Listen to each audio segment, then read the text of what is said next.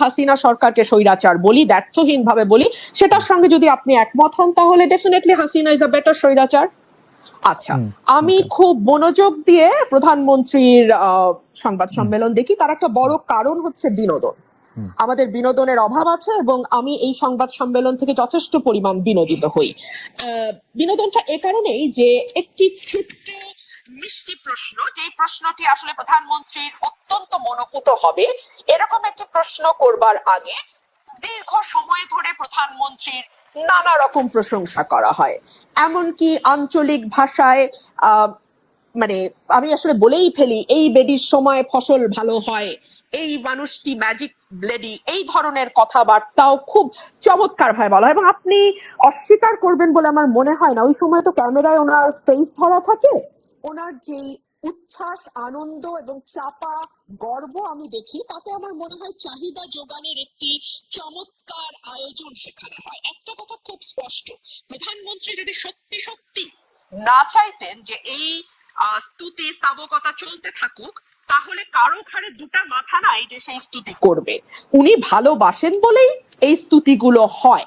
এবং প্রশ্নগুলো আপনি লক্ষ্য করবেন, ধরুন যখন আমাদের একজন শীর্ষস্থানীয় পুলিশ কর্মকর্তার দুর্নীতি নিয়ে পাতার পর পাতা রিপোর্ট প্রকাশিত হলো, আইনজীবীরা দুদকে গেলেন, আইনজীবীদের মানে বিষয় আমলে নিয়ে দুদক তদন্তেও নামলো, প্রধানমন্ত্রীকে নিয়ে তো এই প্রশ্ন করাই যেত। কেন করা যেত আপনি প্রশ্ন করতে পারেন, যেটা তো আসলে প্রধানমন্ত্রীর দায়িত্ব না, এটা দুদকের দায়িত্ব, পুলিশ আইন শৃঙ্খলা রক্ষাকারী বাহিনীর দায়িত্ব, উনি কেন এটার মধ্যে কথা বলবেন এ কারণেই যে বাংলাদেশের প্রধানমন্ত্রী যেহেতু মশা মারার কৃতিত্ব থেকে শুরু করে মানুষ হত্যার বিচার পর্যন্ত সকল কিছুই আপনি এত চমৎকার বলেন, আসলে শুনতে ইচ্ছা করে, কিন্তু একটা প্রশ্ন না করে পারছি না। আপনার কাছে কি মনে হয় যে আপনি উচ্চ পর্যায়ে পুলিশ কর্মকর্তা যাকে বলছেন তিনি আসলে অবসরপ্রাপ্ত কর্মকর্তা, এবং তার কেস যে দুদকে নেওয়া হয়েছে সেটা প্রধানমন্ত্রীর জানার বা এপ্রুভালের বাইরে, এইটা আপনি মনে করতেছেন?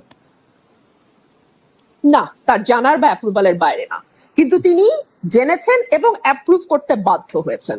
কারণ এইটুকু আইওয়াশ না দিলে না না না এখনো চোখের পর্দা কিছুটা আছে, ওই পর্দা। তবে উনি মানে পুলিশ কর্মকর্তার কথা বলছি, উনি কতটা খোলা হাতে বের হতে পারবেন সেটা একটা প্রশ্ন।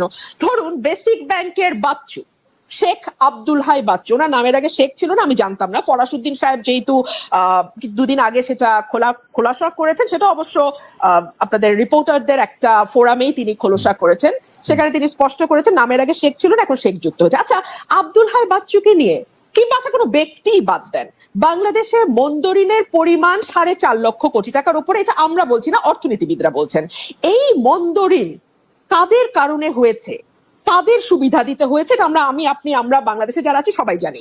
আচ্ছা, ধরুন একজন ঋণ খেলাপি, তিনি মাত্র 2% ডাউন পেমেন্ট দিয়ে তার ঋণটি রেগুলার করে ফেলতে পারবেন।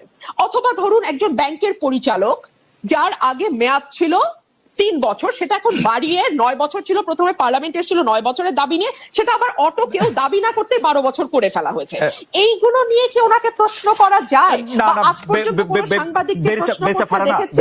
আচ্ছা, আমি আপনাকে একটু বলতেই চাই, একটু বলি যে আসলে প্রধানমন্ত্রী শেখ হাসিনাকে এই বিষয়ে স্পেসিফিকলি প্রশ্ন করা হয়েছে, তিনি এটা নিয়ে উত্তর দিচ্ছেন যে সাংবাদিকদের তিনি আহ্বান জানাইছেন যে আপনারা আমাকে তালিকা দেন কার কার কার কার কার কার ব্যাপারে আপনারা কি জানতে পারছেন, আমি চেষ্টা করতেছি, এবং এই প্রশ্ন করা হয়েছে, আমি শুনছি। তাহলে আমার উত্তর হবে কতটা এড়ানো। আপনারা যেটা বলছিলেন যে এত স্পেসিফিক উত্তর কেউ কি দেয় বা প্রশ্ন এড়িয়ে যায়, এর চেয়ে সুন্দর এড়ানো আর কি হতে পারে? তালিকা দেয়া কি সাংবাদিকের দায়িত্ব? দুদক কি করে? এসবি, ডিবি, এনএসআই, ডিজিএফআই, তারপরে আপনার কি বলে, সরি এনএসআই ডিজিএফআই তো দায়িত্ব না, বাংলাদেশ ফাইন্যান্সিয়াল ইন্টেলিজেন্স ইউনিট তারা কি করে, বাংলাদেশ ব্যাংক কি করে, এটা দেখার দায়িত্ব কি সাংবাদিকের? এই উত্তরটা দেওয়ার মানে কি জানেন? ইটস আ ক্লিয়ার মেসেজ, দ্বিতীয় দিন আর এই প্রশ্ন করবেন না। ঠিক যেমন সংসদে দাঁড়িয়ে আমি যখন বাংলাদেশের অর্থনীতির দুরবস্থা নিয়ে এবং টাকা পাচার নিয়ে কথা বলেছিলাম, তখন বাংলাদেশের সাবেক অর্থমন্ত্রী আহম মুস্তফা কামাল বলেছিল, আপনারা কি করেন বিরোধী দল, আপনারা তালিকা দিতে পারেন না, বিরোধী দলের তালিকা দেওয়া কি বিরোধী দলের কাজ?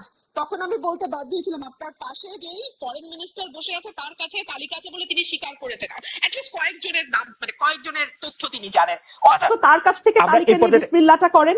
জি, ইন্টারেস্টিং পয়েন্ট। অর্থাৎ বিএনপির কথাই তিনি হয়তো বলেছেন যে তারা আসলে নির্বাচনে কেন আসবে, তাদের নির্বাচনে কে, মানে নির্বাচনে যদি তারা আসেন কে হবেন তাদের পরবর্তী নেতা, এটা তো একটা বিরাট কথা। এটা তো আগে ঠিক করে তারপরে নির্বাচনে আসতে হবে, তা নাইলে তো তারা যে কোনো ছুতোনাতে নির্বাচন বর্জন করবেনি। দেখলাম চ্যানেল 1 বন্ধ হয়ে যেতে দেখলাম, দিগন্ত টেলিভিশন বন্ধ হয়ে যেতে দেখলাম, আরো কিছু কিছু চ্যানেল আমার স্পষ্ট মনে পড়ছে না, রিসেন্টলি নেত্র নিউজ বাংলাদেশ থেকে দেখা যায় না। দেখুন, কোন তথ্যটি সঠিক, কোন তথ্যটি ভুল, কোন তথ্যটি বিভ্রান্তিকর, কোন তথ্যটি সঠিক, এটা আসলে আপনি আইন করে বা মিডিয়া বন্ধ করে কখনো করা যায় বলে মনে হয় না। সম্ভবত এটি করবার সবচেয়ে ভালো উপায় হচ্ছে মানে ভুয়া তথ্য বা যেটাকে বলা হয় ফেক নিউজ, যেটা নিয়ে এখন খুব আলোচনা হয়, সরকারের মধ্যেও প্রায় শুনে এই কথাটি, ভুয়া তথ্য, গুজব ছড়ানো ইত্যাদি ইত্যাদি। এইটার সব এখান থেকে বেঁচে যাওয়ার বা এখান থেকে বেরিয়ে আসার সবচেয়ে আমি বলবো যে গ্রহণযোগ্য মাধ্যম হচ্ছে মুক্ত গণমাধ্যম। আপনি গণমাধ্যমকে স্বাধীন করে দিন, আপনি তাকে লিখতে দিন, তাকে তথ্য প্রকাশ করতে দিন। দেখুন, প্রধানমন্ত্রীর প্রেস কনফারেন্স নিয়ে আজকে আলোচনা শুরু হয়েছিল।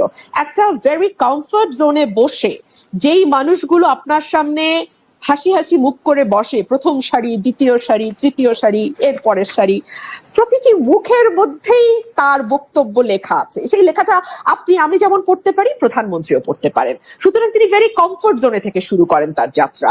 আচ্ছা ধরুন, অর্থনীতি নিয়ে তো আলাপ হচ্ছিল, ফার্মার্স ব্যাংক আর বেসিক ব্যাংক, তাই না? এই ফার্মার্স ব্যাংক নিয়ে আমি কি বলছি সেটা তো একটা বিরোধী দলের কর্মী, অনেক কথাই বলি, বাদ দেন। আমাদের সাবেক অর্থমন্ত্রী আবুল মাল আব্দুল মুহিত বলেছিলেন আস্ত একটা ব্যাংকেই গিলে ফেলা হচ্ছে এবং এই ব্যাংকটা করাই হয়েছে লুটপাটের উদ্দেশ্যে, এই ফার্মার্স ব্যাংক। মহিউদ্দিন খান আলমগীর টিকির একটা চুলো ধরা পড়েনি, তো সেটা নিয়ে কি কোনোদিন ভুলেও কোনো সাংবাদিক প্রধানমন্ত্রীকে প্রশ্ন করা তো দূরেই থাক, কোন রকম কোনো আলোচনা আশপাশ দিয়ে কথা না কিচ্ছু হয়নি তো?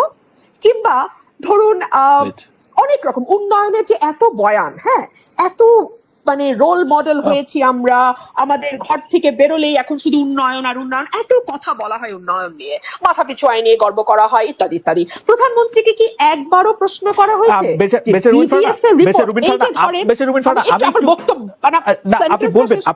আপনি বলবেন সেন্টেন্সটাও শেষ করবেন, আপনি বলবেন।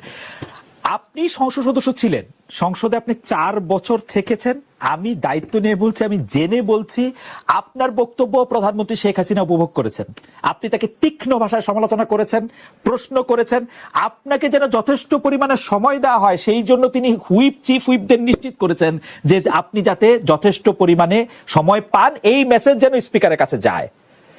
এই কারণ তিনি হচ্ছেন যে মানে ব্যাপারটা কিন্তু আপনার কথাও যে তিনি খুব মানে আপনি যেটা বলছিলেন যে খুব মুগ্ধ হয়ে খুব একটা ফেভারেবল পজিশনে বসে, ব্যাপারটা কিন্তু এরকম না।